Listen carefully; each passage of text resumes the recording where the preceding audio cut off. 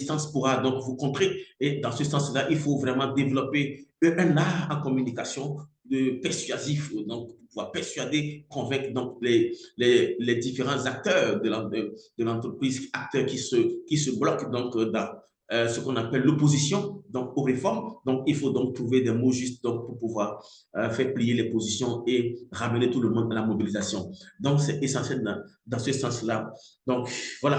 Nous allons donc aborder les critères de qualité d'un diagnostic.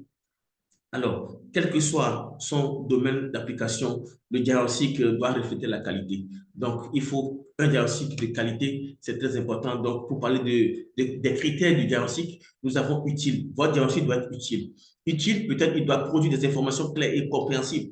Donc, votre diagnostic doit pouvoir produire des informations claires et compréhensibles et pouvoir aider donc les décideurs et les acteurs de l'entreprise à prendre des résolutions. Donc, le diagnostic doit satisfaire à la demande des attentes et donc de l'entreprise. Donc, il faut évidemment que le diagnostic satisfasse aux attentes donc, de l'entreprise. Ça, c'est essentiel. Le diagnostic doit être aussi fiable, c'est-à-dire les informations recueillies doivent être exactes.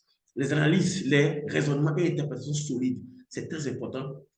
Donc, comme critère, la fiabilité donc, de votre diagnostic. Donc, les informations recueillies doivent être exactes. Donc, voilà, et c'est essentiel. Quand les informations sont bonnes, ça vous permettra donc de produire donc, des analyses, des informations qui pourront déboucher donc, sur les meilleures solutions. Donc, il est essentiel que aussi le diagnostic soit impartial. Donc, l'impartialité est nécessaire donc, dans le cadre du diagnostic. Les analyses doivent être honnêtes et indépendantes. Donc, c'est ça qui est essentiel. Donc, les analyses doivent être donc, honnêtes et indépendantes. C'est essentiel donc, pour le consultant de mettre vraiment du sérieux dans la conduite d'une phase de diagnostic. Donc, ça doit être conduit avec beaucoup de sérieux, beaucoup de concentration, beaucoup de maîtrise de soi pour vraiment éviter donc, de prendre parti dans cette chose. Éviter beaucoup plus la subjectivité, travailler sur l'objectivité. Donc, c'est essentiel. Il y a aussi que alors, le diagnostic doit être porteur de la valeur ajoutée.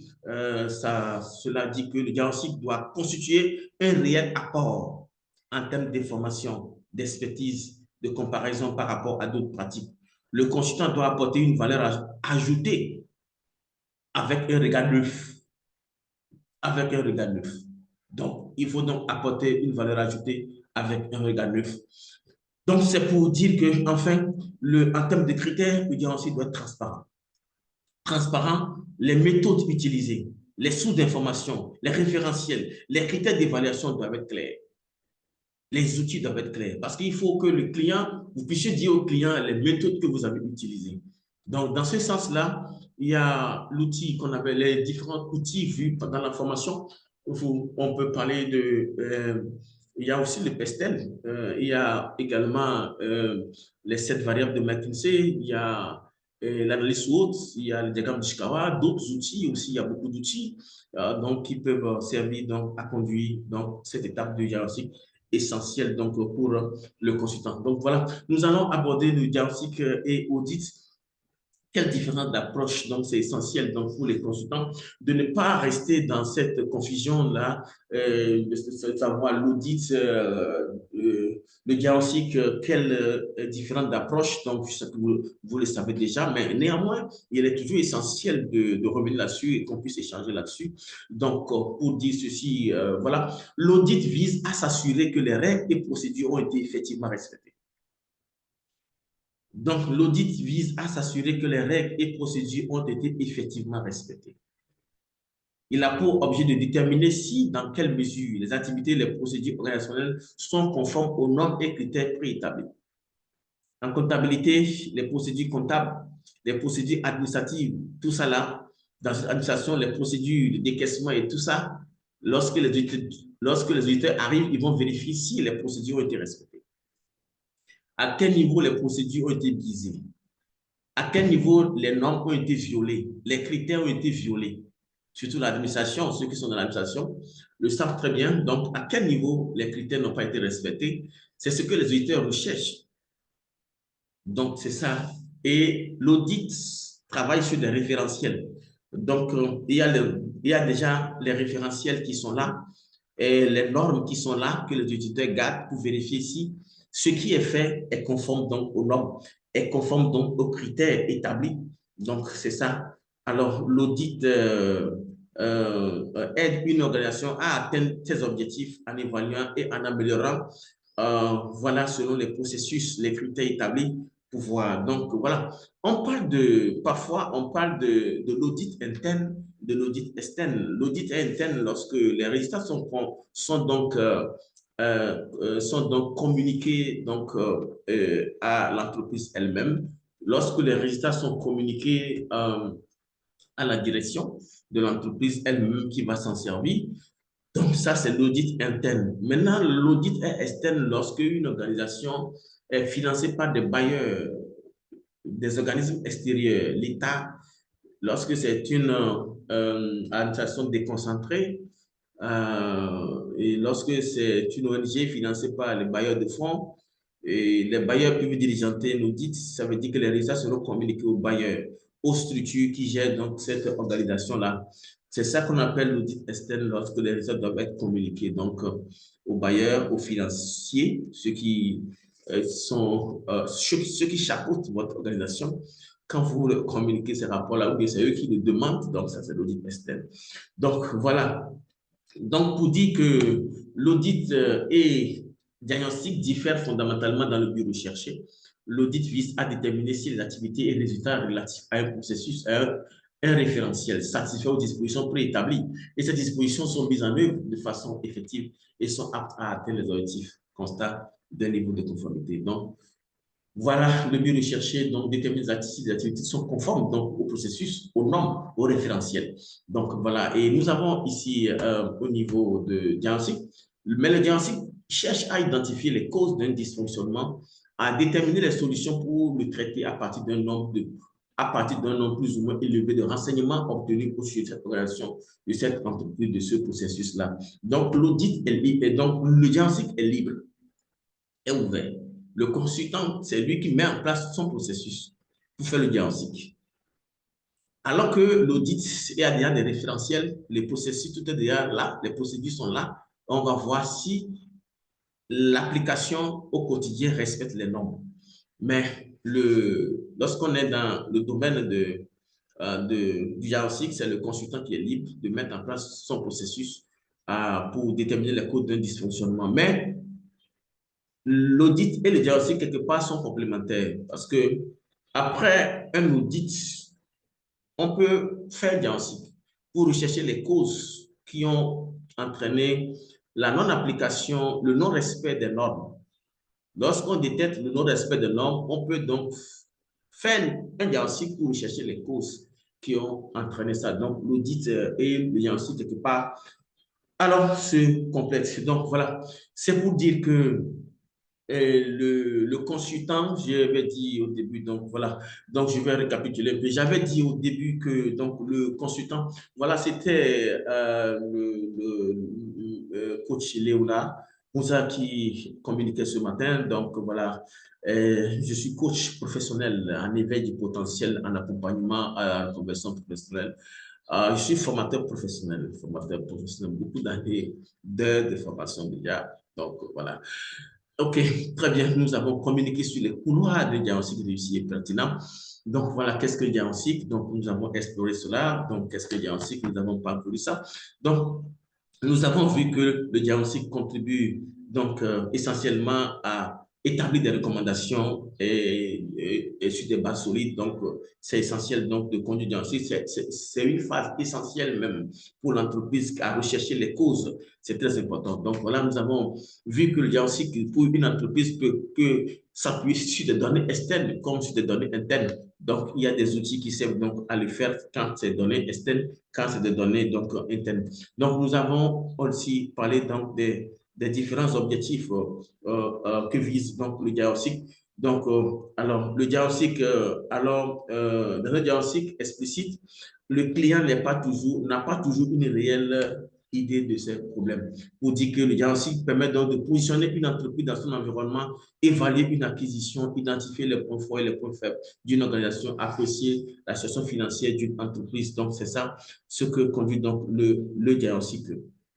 Alors, il est très important donc que le diagnostic vise donc des objectifs, à savoir cerner le problème.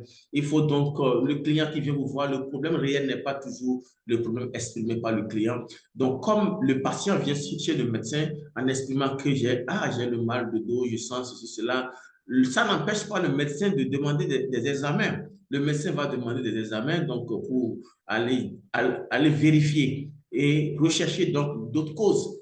Et peut-être que ça peut ne pas être le problème que le patient exprimait. Également, dans le conseil, c'est de la même façon. Donc, lorsque le client vient voir le consultant, il vient le voir avec une idée vague de son problème. Donc, il est essentiel que le consultant puisse mettre en place des outils de diagnostic pour pouvoir rechercher vraiment et reformuler donc le problème de son client. Alors, il doit reformuler le problème à résoudre, c'est très important. Alors, pour le client, le consultant ne se met pas à travailler en disant qu'est-ce qui ne va pas. Donc, il va donc se demander donc, alors, que recherchons-nous? Que recherchons-nous? Donc, les buts sont plus importants pour le consultant. Alors, c'est très important et le consultant doit donc faire des investigations. Les investigations sont nécessaires pour repérer des informations essentielles, sensibles qu'il pourra donc traiter. Il faut repérer la source du problème. Alors, lorsque essentiellement le diagnostic vise à localiser donc la source du problème identifié. Donc, quand il y a un problème, il faut donc localiser sa source. C'est très important. Lorsque le client dit nous avons une baisse de chiffre d'affaires, il est essentiel que le consultant puisse donc travailler à segmenter, à compartimenter pour voir. Lorsque le client dit qu'il a un problème de baisse de chiffre d'affaires, cela peut être, il faut faire une typologie. Ça peut donc être lié, donc, lié au produit. Ça peut donc être lié au client. Ça peut donc être lié au niveau du prix. Ça peut donc être lié au cycle de distribution. Ça peut donc être lié aux zones géographiques. Donc, il faut faire une segmentation pour localiser donc la cause ou bien les causes du problème du client. Alors, il est essentiel que le client travaille d'abord. Lorsque le client dit que j'ai une baisse de chiffre d'affaires, le client peut utiliser donc l'outil, la loi de Pareto, donc l'effet de levier, l'éphémérisation, la loi de 20-80 pour voir est-ce que dans cette entreprise-là, si on passe 80% de temps pour 20% d'activité, ça veut dire qu'on ne peut pas atteindre le chiffre d'affaires. Lorsque nous passons, alors, lorsque nous travaillons sur 20%, 80% de nos produits donnent 20% de revenus, ce n'est pas évident que nous ayons donc le chiffre d'affaires. Donc, il est donc essentiel de travailler dans ce sens. Lorsque le client s'interroge pour dire, je veux accroître la rentabilité de mon entreprise, le consultant devra lui demander où sont les sources de rentabilité. Donc, il faut toujours trouver les sources qui doivent permettre donc de faire ci, de faire ça. Le consultant doit rechercher les causes, c'est essentiel. Donc, de rechercher les causes, ça veut dire que alors, la cause reste donc le cœur même du diagnostic. Donc, quand on trouve les causes, il faut trouver les facteurs explicatifs des causes. Donc, c'est ça. Donc, le diagnostic doit pouvoir donc trouver les facteurs explicatifs des causes. Il est essentiel. Et après ça, il faut explorer les solutions. Et les solutions peuvent être donc dégagées lorsque les causes les plus imminentes ont été trouvées. Par exemple, il y a le CubeSTEM cause qui peut servir avec des critères de notation des causes. On peut noter les causes, trouver les causes les plus importantes qui vont donc permettre de faire des recommandations les plus importantes. Donc, il y a des outils qui servent aussi à faire ça, à hiérarchiser les causes. Il y a donc des outils qui savent le faire. Donc, aussi au niveau des solutions, les solutions, vous savez, vous pouvez conduire, il y a aussi conduire tout ça, le client s'en fout. Ce que le client attend, c'est les résultats. Quels résultats? Donc, les résultats, donc, le consultant doit faire preuve d'imagination. J'ai dit que notre cerveau fonctionne de deux manières. Il y a le cerveau droit qui est le siège de l'imagination, le siège de la créativité, le siège de l'innovation. Lorsque le consultant ne fait pas preuve, n'utilise pas son cerveau droit, il n'est pas évident. Lorsque tout ce qu'il fait est basé sur donc, la logique, parce que le cerveau gauche, ça, c'est le siège de la logique. Si tout ce que vous faites est basé sur la logique, vous ne pouvez pas. Donc, il faut donc imaginer, trouver de façon innovante des solutions et pouvoir confronter à la vérité, à la réalité et voir ce qu'il faut. Donc, il faut pouvoir proposer des solutions innovantes pour le client. Cela est nécessaire donc de pouvoir travailler dans ce sens-là. Le client attend des solutions. Vous devez sortir des sentiers battus. Alors, nous avons aussi un outil appelé le CubeSTEM Solution qui sert à noter les solutions, trouver les solutions, classifier les solutions et voir. Il y a deux critères. Il y a la faisabilité et l'impact. Parce que les solutions que vous trouvez, est-ce que les solutions sont faisables? Est-ce que les solutions sont applicables par le client? Est-ce que le client a les capacités d'appliquer ces solutions que vous lui recommandez, la faisabilité? Donc, lorsque le client n'a pas les capacités, vous pouvez, ça peut être une meilleure solution, il ne peut pas donc l'expérimenter, il ne peut pas donc l'appliquer. Il est essentiel de voir la faisabilité. Il y a aussi l'impact, les solutions auxquelles impact. Donc, c'est très important de travailler dans ce sens-là pour trouver les solutions. Et il y a aussi les critères pour noter les solutions, trouver les meilleures solutions acceptées par l'entreprise. Dans ce sens, les recommandations, lorsqu'elles sont acceptées, il faut faire la conduite du changement, la mise en œuvre des réformes qui nécessite qu'il faut diagnostiquer les positions donc, des différents acteurs de l'entreprise parce que vous allez rencontrer la résistance. Donc, comment communiquer pour faire plier la résistance et mobiliser tout le monde autour des réformes. Donc, cela est nécessaire pour le consultant. Donc, les critères et les qualités d'un diagnostic, nous avons. Donc, un diagnostic doit être utile, donc doit produire des informations claires, compréhensibles. Un diagnostic doit être fiable, c'est-à-dire produire des informations recueillies doivent être exactes. Et les analyses également, les raisonnements et interprétations doivent être solides, donc doivent être aussi impartiales. Donc, les analyses doivent être honnêtes et indépendantes, porteurs de valeur ajoutée. Donc, le consultant doit apporter de la valeur ajoutée et également transparent. Donc, il faut donc de la fiabilité dans ce que nous faisons. Essentiellement, le diagnostic est différent de l'audit parce que l'audit vise à s'assurer que les règles, les procédures ont été effectivement respectées. Il a pour objet de déterminer si, dans quelle mesure, les activités et les procédures organisations sont conformes aux normes et critères préétablis. Tandis que, et ici, l'audit diffère du diagnostic fondamentalement dans le but recherché parce que l'audit vise à déterminer les activités, si l'activité et les résultats relatifs à un processus référentiel satisfait aux dispositions préétablies. Donc, tandis que le diagnostic cherche à identifier les causes d'un dysfonctionnement et le constat est libre de travailler sur ces outils-là, sur ces outils, donc, pour pouvoir trouver les causes. Donc, mais le diagnostic et l'audit se complètent à un niveau donné parce que après un audit, on peut faire un diagnostic pour rechercher les causes de dysfonctionnement. Donc voilà, merci beaucoup de nous avoir suivis. Donc, on va vous prendre quelques minutes rapidement pour vous présenter nos différentes formations. Vous restez pour 2 secondes. Donc voilà, nos formations à l'instance, nous avons la formation métier de coach consultant, la formation sur management de qualité, nous avons la formation sur ingénieur de formation, la formation sur communication de l'entreprise et marketing, nous avons la formation sur devenir coach de conférence, nous avons la formation sur prise de parole en public et leadership, la formation sur devenir consultant international, nous avons la formation sur les certifications métier de coach, nous avons la formation sur cours de français professionnel et communication, la formation sur le VIP de la boîte de consultants. Donc, nous avons les formations sur création et gouvernance d'un cabinet rentable.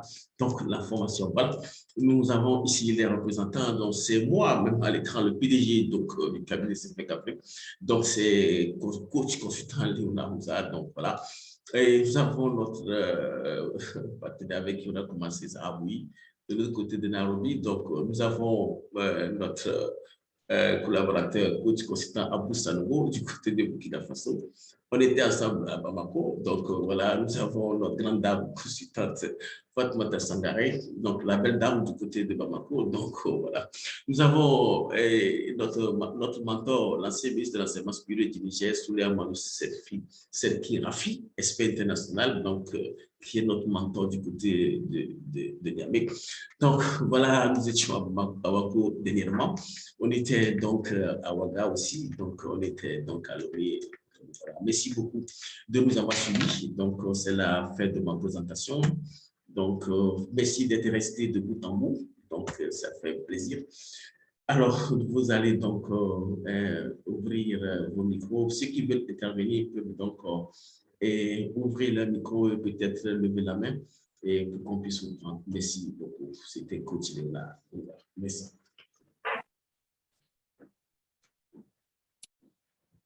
Oui, bonjour, coach. Bonjour, qui intervient? Votre nom, s'il vous plaît. C'est Nourou Yaéja. Ah, monsieur Jean, du côté de Niamey, merci. Bonjour. Bonjour, comment vous allez? Très bien, monsieur Jean. votre J'ai ouvert contribution à la mon micro ou conférence. bien je vous pose. Voilà. Vraiment, merci pour ces informations qui sont vraiment très utiles à nous Merci. en tant que futur coach et consultant. Mm. Et je vous avoue, j'étais tellement content parce que la première partie, s'agissant de diagnostic, ça, c'est quelque chose que j'ai fait avec ma formation que j'ai reçue en ingénierie de formation. Mais toujours, j'avais ce problème entre audit et diagnostic. Mais vraiment, aujourd'hui, j'ai été très bien édifié et j'ai maintenant compris quelle est la différence entre diagnostic et audit. Et je vous avoue, d'après votre définition de l'audit, j'ai vu ici les consultants qui font généralement les audits. J'ai remarqué qu'au lieu que ça soit pédagogique, parce que normalement, l'audit doit être pédagogique. C'est-à-dire, c'est quoi? C'est de, comme vous l'avez dit, c'est de s'assurer que les règles et les procédures ont été respectées. Mais malheureusement, ce que j'ai compris, au niveau de nos auditeurs ici, toujours ce qu'ils cherchent, c'est de voir où est-ce que la structure a pu détourner. Oui. Et là, c'est pour aller en conflit, soit avec le bailleur de fonds et la structure. Parce qu'en faisant ça, c'est ça le but. Alors que ce que j'ai compris, l'audit, elle est pédagogique. Elle vous permet de voir, de déceler vos erreurs et aussi de vous dire de corriger telle partie. Voilà. Mais malheureusement, c'est pas ça qui compte. Et vraiment, merci pour ces informations. C'est très utile. Nous servirons. Ok, merci beaucoup, Monsieur Jean. C'est vrai ce que vous avez dit, ça doit avoir un aspect pédagogique pour corriger les gens, si les gens appliquent vraiment les procédures et tout ça là. Mais souvent, c'est de rechercher chez les gens, c'est de rechercher là où les gens ont volé. Donc, c'est ça, beaucoup plus. Voilà. Et pour s'assurer. C'est ça. Bon, vous savez qu'en Afrique, la négativité est là, hein? La jalousie, la haine. Tout est là. Donc, si juste on veut vous faire sauter de votre poste, il suffit d'envoyer un audit. On sait qu'il y aura peut-être des petits détournements quelque part, ou bien quelque chose a été mal appliqué, c'est tout. Donc, d'accord, merci beaucoup. Nous allons prendre M. Cheikh du côté de Conakry. M. Cheikh, bonjour. Votre micro est fermé. Vous avez levé la main, votre micro est fermé, s'il vous plaît. Oui, Cheikh, votre micro est fermé, donc nous allons prendre quelqu'un d'autre. Quelqu'un d'autre voudrait intervenir. Nous allons prendre qui d'autre? Monsieur Murphy, vous voulez intervenir? Monsieur Murphy, Jaurès. Il n'est pas. Bon, oui, monsieur Cheikh, allez-y. Je voudrais intervenir, monsieur Leonardo. Oui, allez-y, merci. Merci beaucoup. Et je salue respectueusement vraiment les participants comme les formateurs que vous avez cités tout à l'heure, et en commençant par vous. Alors, du fond du cœur, vraiment, alors, cognitive, on a reçu de façon cognitive une formation de haut niveau, de haute qualité. Je dirais que vraiment, le niveau académique ici est sans commune mesure. Nous, par exemple, en ce qui me concerne, moi, je suis directeur d'école d'une institution scolaire. Donc, maintenant, le client que nous avons, vous imaginez ici que ce sont les parents d'élèves comme vous qui nous avez confié vos enfants. Nous devons donc aller dans la qualité. Et en ce moment que nous devons utiliser les techniques que vous êtes en train de dire, le consultant ici, c'est le directeur plénipotentiellement qui devrait diagnostiquer à tout moment les besoins de l'autre qui est le parent d'élève. Maintenant, je voudrais, dans le cas d'espèce d'une école, comment alors mettre en œuvre toute la panoplie de sciences, donc de consultants que vous êtes en train de développer dans notre posture de dirigeants des structures scolaires. Et je ne sais pas si je me fais comprendre, mais on doit être doté de toutes les techniques pour toujours être dans le quotidien, au quotidien dans la diagnostic et même parfois même dans l'audit, parce qu'on doit auditer les programmes. Est-ce que ça a été bien mené au bout du compte pour voir comment rectifier? Bon, donc je suis d'accord avec le premier intervenant qui attire l'attention sur l'aspect pédagogique de l'audit. Nous nous nous y appliquons toujours, mais malheureusement, c'est toujours punitif parce que souvent, c'est à l'origine de tout, des manquements qu'on demande à faire des audits. Mais quand même, nous veillons à cet aspect. Merci de cette attention. Merci beaucoup. Merci, Cheikh. Merci. Nous allons prendre M. Diaw du côté de Diawara. Non, Diaw. C'est M. Diaw. Monsieur Diaw, vous allez prendre la parole pour nous livrer votre contribution à la conférence. Bonjour, Monsieur Diaw. Votre micro est fermé. C'est l'époux de notre consultante Fatoumata Sakari du côté de Bamako. Vous pouvez prendre la parole. Vous êtes avec nous, Monsieur Diaw. Bon, peut-être qu'il n'est pas encore prêt. Nous allons prendre Madame Aminata Camara du côté de la Guinée-Conakry. Bonjour, Madame Aminata. Bonjour, Madame Aminata. Votre micro est fermé. Vous êtes avec nous? Bonjour, Madame Aminata, vous êtes avec nous? Donc, elle se prépare. Nous allons prendre le formateur Brahima Belem du côté de Bobo Tioulasso, Burkina Faso. Vous êtes là? Belem est là? Bonjour, coach. Oui, bonjour à tous les participants. C'est encore et toujours un plaisir de vous voir nous administrer en tout cas cette semence qui va grandir à nous et nous permettre en tout cas d'évoluer déjà dans notre vie et particulièrement pour le thème de ce matin, à savoir le diagnostic. C'est un thème qui a été très, très instructif pour nous parce que nous, en tant que consultants, en tant que formateurs, donc c'est des éléments que nous côtoyons à chaque fois. Et les enseignements reçus ce matin ne font que confirmer ce que nous faisions davantage et ça ne fait que nous conforter déjà dans ce que nous faisons parce que nous sommes certains que c'est l'une des meilleures façons, en tout cas, pour pouvoir atteindre les différents objectifs. D'accord, donc pour ce qui concerne vraiment le diagnostic, il faut savoir que le consultant ou le coach, oui, il est considéré comme le super médecin qui doit trouver la solution à tout ce qui a comme problème. Parce que si nous nous disons experts ou connaisseurs ou expérimentés dans un domaine, ça nous donne déjà une hauteur de vue, surtout déjà dans les éléments de réponse que nous allons apporter aux problèmes posés et surtout dans la transparence. Il faut que ce soit utile. Un problème ne peut être résolu en tout cas si nous n'avons pas pu discerner les différentes causes et apporter les solutions adéquates et les solutions qui sont réalistes, réalisables et puis maîtrisées par les différents clients. Donc, en tout cas, le thème, c'est pas seulement pour le formateur, c'est pas seulement pour le coach, c'est des éléments qu'il faut appliquer à tout, même à soi, on peut se l'appliquer. Voilà, on se lève chaque matin, on essaie de diagnostiquer, de voir déjà qu'est-ce qui va, qu'est-ce qui n'a pas marché. Donc, il faut aussi, pour pouvoir faire un diagnostic, disposer déjà d'un certain nombre d'éléments. Donc, il faut se faire toujours au bilan. Il faut avoir des bilans et c'est à partir de ça maintenant que nous pouvons retracer le fil conducteur qui nous permettra déjà à l'amélioration.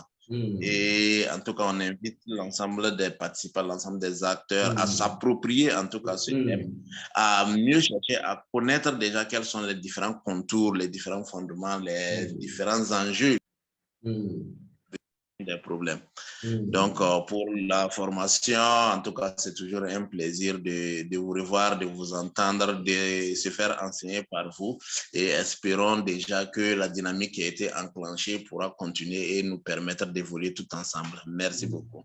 Merci beaucoup du fond de cœur, cher formateur Brahima Belem. Vraiment, vous êtes exceptionnel. Merci beaucoup de vos interventions. Merci. Nous allons prendre M. Barry Alpha qui a levé la main. Bon, ceux qui veulent parler, celui qui va prendre la parole après M. Barry peut lever la main. Donc, M. Barry, vous avez la parole. Bonjour, coach. Bonjour, M. Barry. Ah, là, aujourd'hui, j'ai raté le train. J'ai fait de mon mieux pour vraiment être là, mais malheureusement, vous voyez l'heure à laquelle je me suis fait connecter. Donc, c'est Barry de la Guinée, mais en position actuelle à Ouaga, comme je vous l'ai dit la dernière fois. Oui. Vous vous souvenez? Oui, je me rappelle bien. Oui, voilà. Donc, malheureusement, c'est les dernières interventions que j'ai suivies, un peu la partie un peu de l'audit, chose auxquelles j'y tenais vraiment, la différence entre l'évaluation et l'audit. Je ne sais pas maintenant si toutefois, soit un petit résumé ou bien l'audio sera disponible après. Oui, nous allons publier ça. Je ne sais pas. Oui, on va publier. On va publier ça. Vous allez suivre ça en différé. D'accord? Il n'y a pas de souci. Okay. Bon, ma seconde préoccupation, puisque bon, c'est purement thématique, les visioconférences, vos interventions sont bien fondées. Bon, si par exemple, vous publiez votre passage d'aujourd'hui et que je suive des préoccupations, est-ce que la prochaine visioconférence, quand je vais intervenir, vous me permettrez de poser mes préoccupations par rapport à vos interventions précédentes? Ça ne gêne pas. D'accord? D'accord. Nous sommes ouverts. Il n'y a pas de souci. Et ça ne gêne pas. D'accord? Il n'y a pas de problème. Si vous suivez nos vidéos, recensez les questions et quand on va se rencontrer, vous les posez, je vais vous prendre. Il n'y a pas de souci. Il n'y a pas de souci. Vraiment, merci à tous les participants et bon courage à nous tous. Merci. Bonne ensemble. Ok, merci. Bonjour, Madame Aminata Camara, et de l'autre côté de la Guinée, mais elle se trouve encore à Dakar. Donc, nous allons prendre Madame Aminata Camara. Celui qui va parler après, elle peut lever la main. Merci beaucoup, Madame Aminata. Votre micro est fermé. Ouvrez votre micro, s'il vous plaît, Madame Aminata. Oui. Madame Aminata, votre micro est toujours fermé. On ne vous entend pas.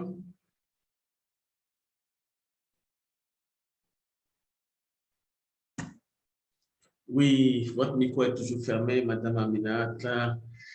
Votre micro est toujours fermé. Vous allez devoir ouvrir le micro pour qu'on puisse vous entendre. En attendant, M. Diaw est prêt pour prendre la parole.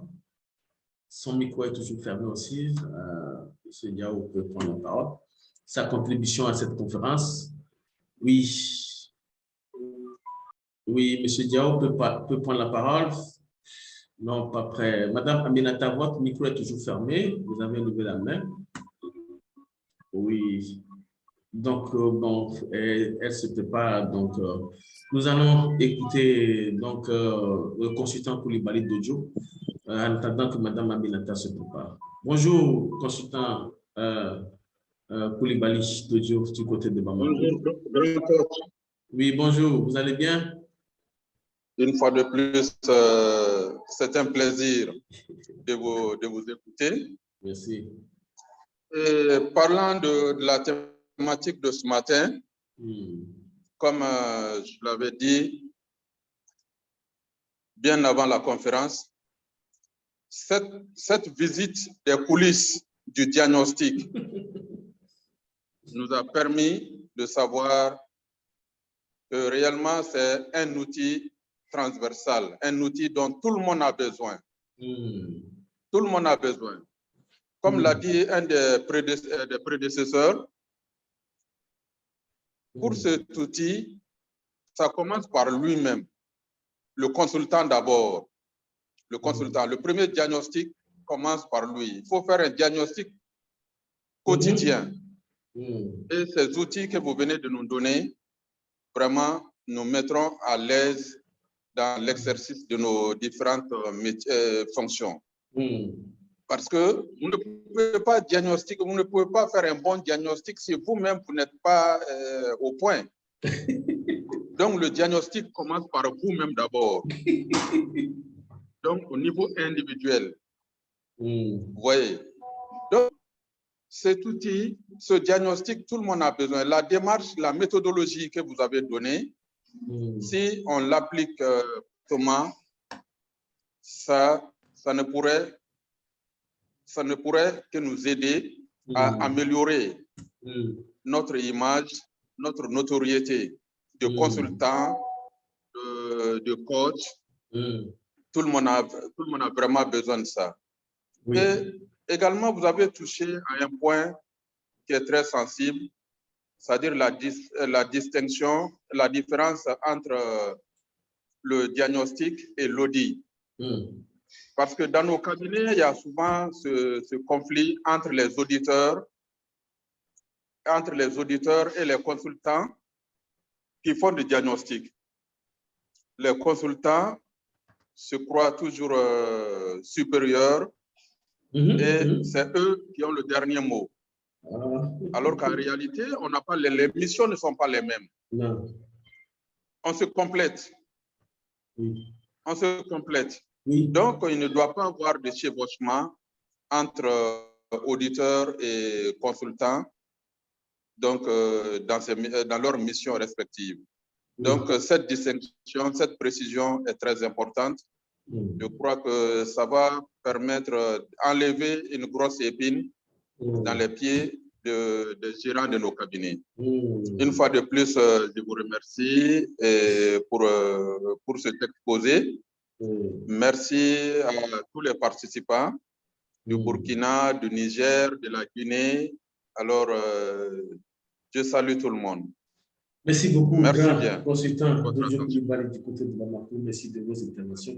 Donc, la dernière personne, c'est Madame Aminata, souci de connexion. Donc, Monsieur Traoré, consultant Traoré, vous pouvez dire quelques mots. Votre connexion est bonne. Bonjour. Monsieur Traoré, votre connexion est bonne. Vous pouvez dire quelques mots. Oui. Oui. Votre micro est fermé.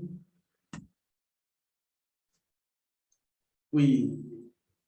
Toujours fermé, problème de connexion. Donc, voilà. Nous devons donc clôturer cette communication. Donc, voilà. Merci de vos participations. Monsieur Diaw n'a pas pu prendre la parole. Monsieur Traoré aussi n'a pas pu prendre la parole. Donc, voilà. Nous allons clôturer. Merci beaucoup pour ce moment et de vos interventions aussi. Donc, l'auditeur et le consultant, c'est des gens qui se complexent parce que c'est essentiel.